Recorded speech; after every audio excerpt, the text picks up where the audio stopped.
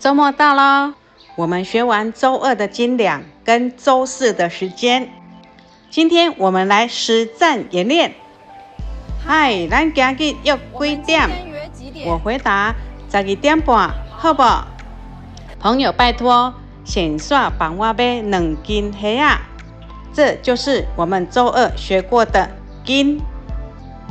我问老板1斤多少？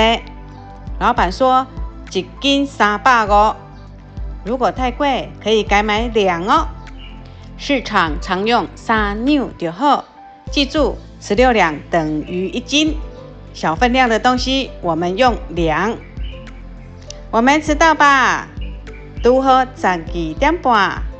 本集重点单字卡：斤、两、几点、点半、先煞、顺便。讲台语交朋友，我们下周见。